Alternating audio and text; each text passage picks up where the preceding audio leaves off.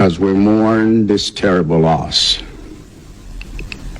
I also know that going through a terrible loss like this makes us feel helpless and lost, as death has a way of reminding us that we do not have control over so many things that affect our lives and those we love.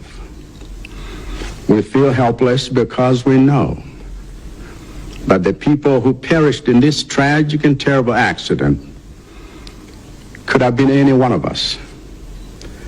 And we feel helpless because a day like today reminds us that one day, and any day, death will in fact come for each one of us, and we will be powerless to stop it.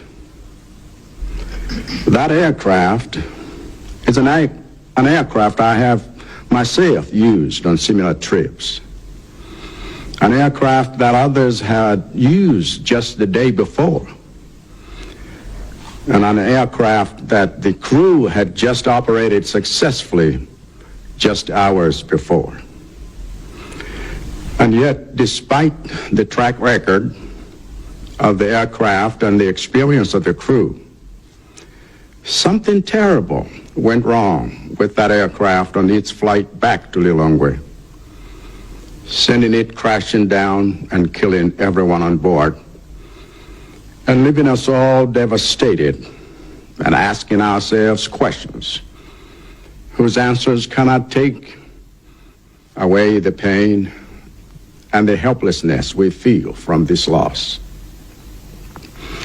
I know that it is natural for the pain and helplessness this tragedy causes to make us feel angry because we feel hurt and wounded. And I want you to know that I understand these feelings because I feel them too. So because we are all feeling these things, it is important that we comfort each other now and in the weeks to come as we mourn together. Dr. Saus Klaus Chidima was a good man, a devoted father and husband, a patriotic citizen who served his country with distinction, and a formidable vice president. I consider it one of the greatest honors of my life to have had him as my deputy and counselor for the past 4 years. And his passing is a terrible loss to his wife, Mary, his family, his friends, his colleagues in the cabinet, and to all of us as a nation that found his leadership and courage a source of inspiration.